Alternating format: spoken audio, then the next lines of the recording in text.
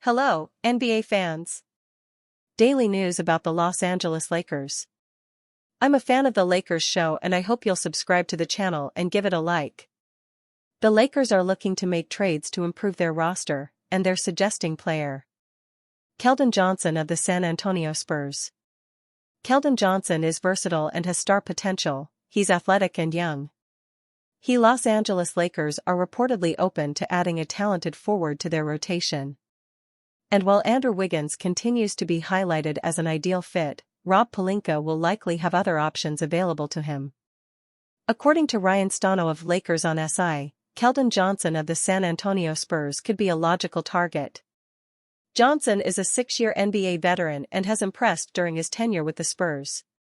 Perhaps the most realistic trade candidate, Johnson would be able to help the Lakers off the bench, Stano wrote. They don't have anyone that they can truly trust to score in a bench role. Gabe Vincent gets hurt every 4 games, Jake LaRavia is now on his 3rd team, and LA seems to have given up on Dalton Knecht. Johnson's efficient shooting would be attractive to the Lakers. Last season, Johnson suited up for 77 regular season games. He averaged 12.7 points, 4.8 rebounds, and 1.6 assists while shooting 48.2% from the field. However, his 31.8% conversion rate from deep may be a sticking point for a Lakers team looking to improve its floor spacing off the bench. Lakers could dangle Dalton Knecht. A move to acquire Johnson would likely be viable for the Lakers. The veteran forward has 2 years left on his current deal, worth $17.5 million per season. Los Angeles should have no trouble matching salaries in a potential deal. When quickly toying with Spotrac's trade machine, one deal that could work looks like this. Lakers get Keldon Johnson. Spurs get Rui Hachimura, Dalton Knecht, and future second-round draft assets. In truth, Hachimura can be flipped in a straight one-for-one deal.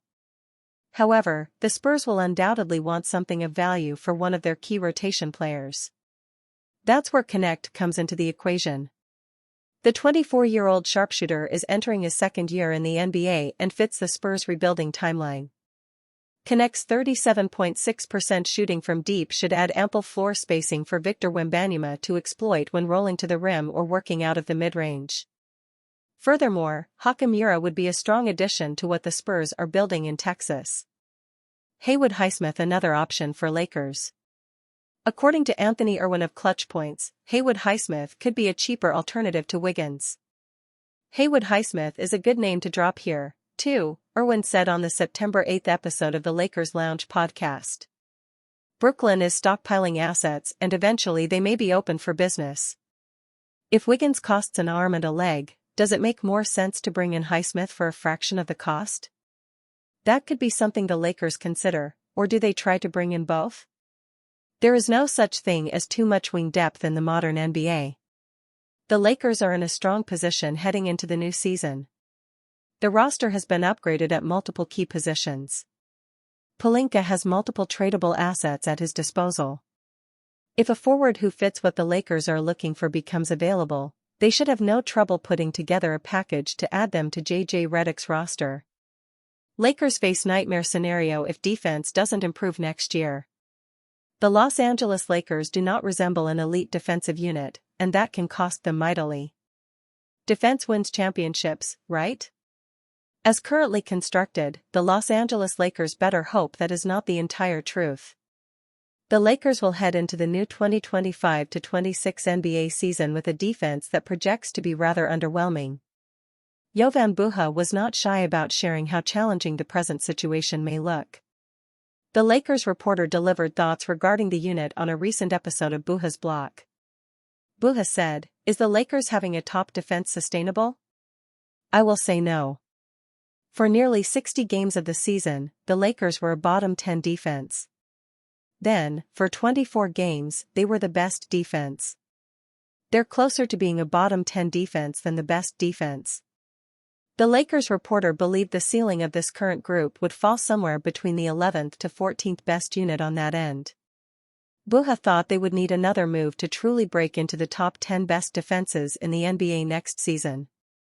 Lakers need a big upgrade before championship contention. The assessment here is more than fair. It also gives major credence to the recent rumors that have been circling around the Lakers. Mark Stein was the first insider to come out and suggest Rob Pelinka and the front office are loosening their stance on being cautious and allowing themselves more aggression with a win-now approach. Dan Woik backed him up entirely.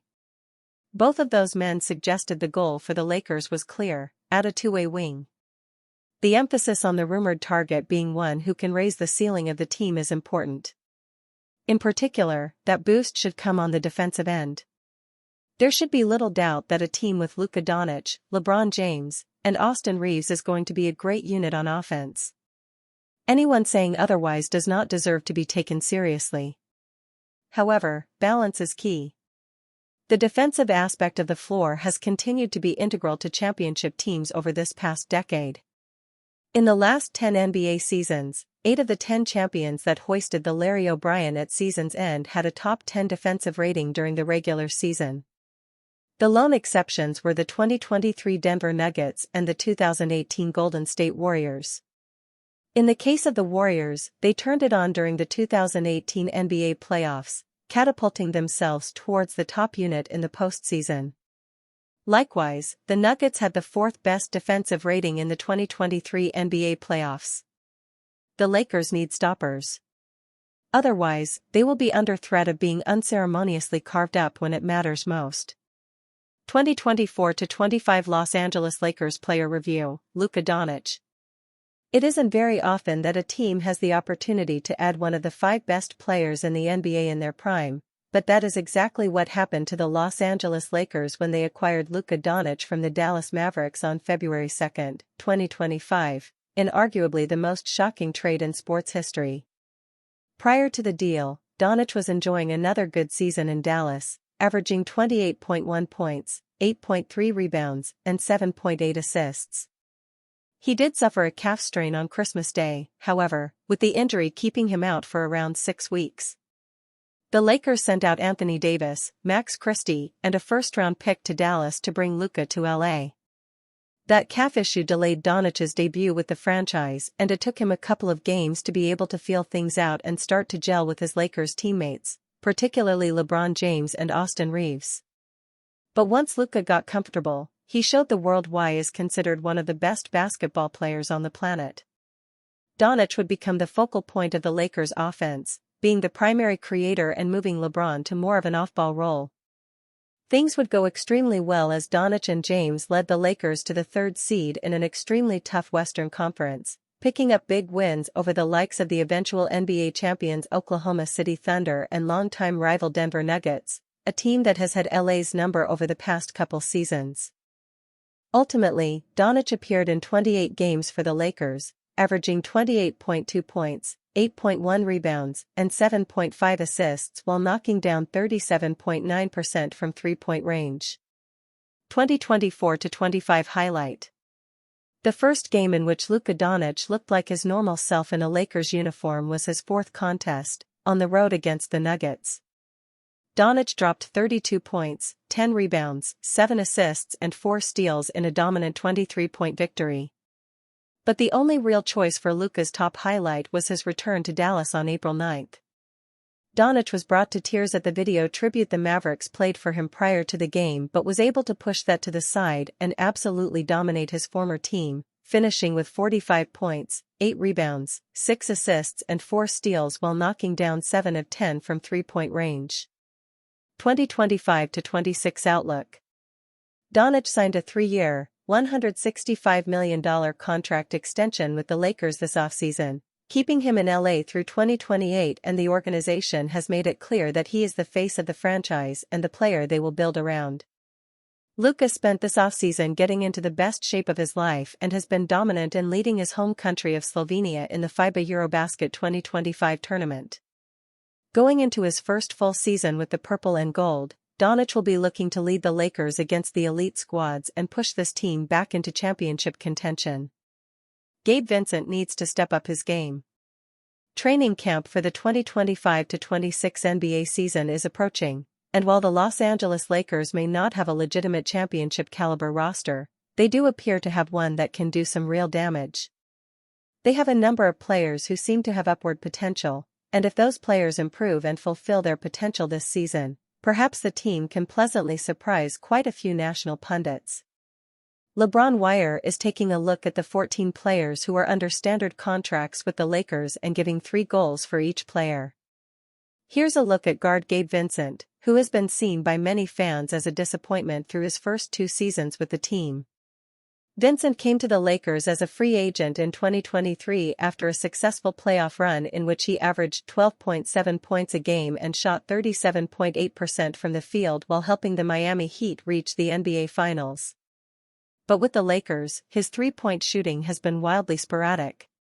Last season, he shot just over 44% from downtown in December and March, but in October, November, January, and April, he was under 30% from that distance. The Lakers need more non-stars who are reliable three-point shooters in order to space the floor and open up more opportunities for Luka Doncic, LeBron James, and Austin Reeves. Vincent can help rectify that need if he's been working on his outside shooting this summer, and if he does, he could become a legitimate 3-and-D player, which is something they badly need. Arguably the Lakers' biggest need is a strong on-the-ball defender in the backcourt. Luckily, that is something Vincent can provide.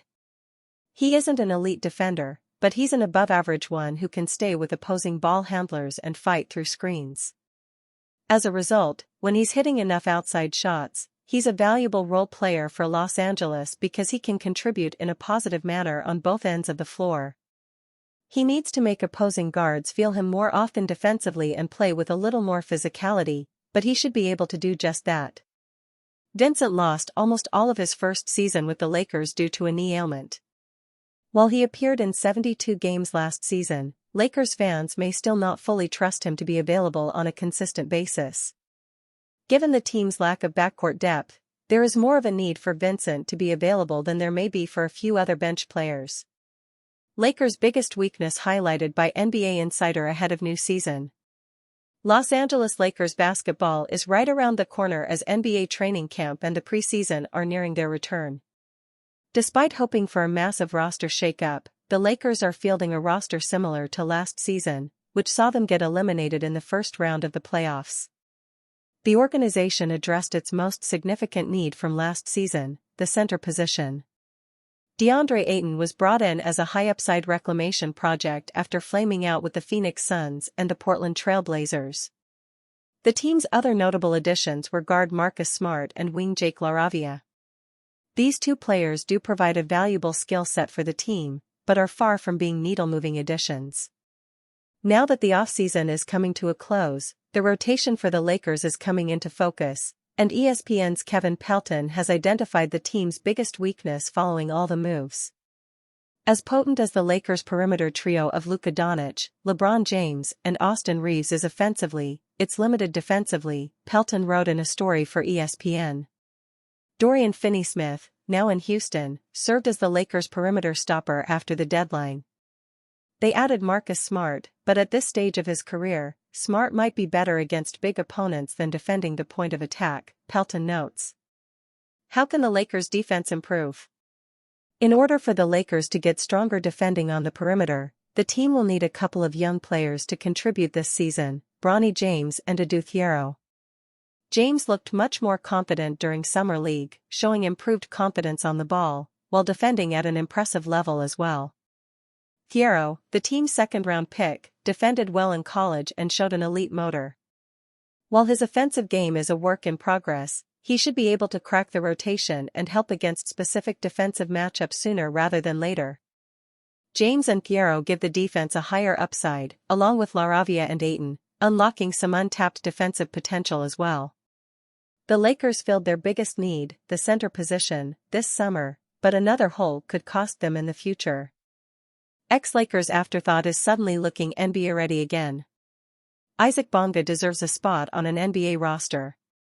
With Luka Doncic and Slovenia eliminated from Eurobasket 2025, Los Angeles Lakers fans who continued to watch the tournament would have gotten a great look at a former member of the team who played tremendously. No, not Dennis Schroeder. Rather, all eyes were on Isaac Bonga. Both Schroeder and Bonga were members of the German national team who wound up winning the entire competition after taking down Turkey in a tight 88-83 win for the gold medal. The German point guard may have taken home tournament MVP.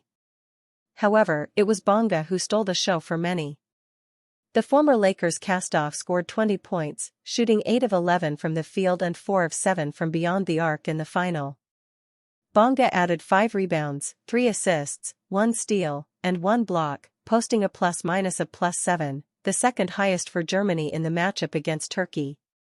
The strong run at Eurobasket 2025 has made one thing abundantly clear: the 25-year-old is worth taking a shot on for a 15-man roster in the NBA. Bonga may have needed to detour over to the EuroLeague to continue his basketball career.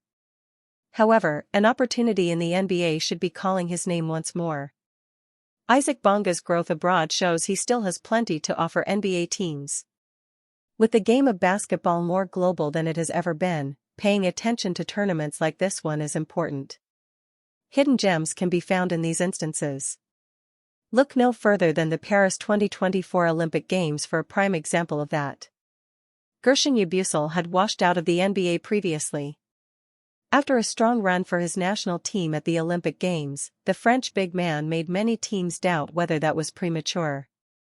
Yabusele returned to the NBA in 2024-25, signing a one-year deal with the Philadelphia 76ers. The former first-round pick averaged 11.0 points, 5.6 rebounds, and 2.1 assists per game, shooting 50.1% from the field and 38% from distance. Yabusele proved he belonged in the league once more. Bonga should be afforded the same type of opportunity. The German wing is considerably younger than Yabusele, which gives him the luxury of time to still continue growing upon returning to the NBA. Bonga averaged 9.9 points, 4.3 rebounds, 2.1 assists, and 1.4 steals in 23.1 minutes per game for Germany's tournament-winning team. That came with lockdown defense, which was good enough to earn him the honors of taking home the inaugural Best Defensive Player award. 45.2% from three-point land ended up being the mark Bonga finished Eurobasket 2025 with. That came on 3.4 attempts per game. The 3-and-D mold of role players are at an all-time high in their value across the NBA. With that fact being true, Bonga deserves another shot to make an impact in basketball's best league.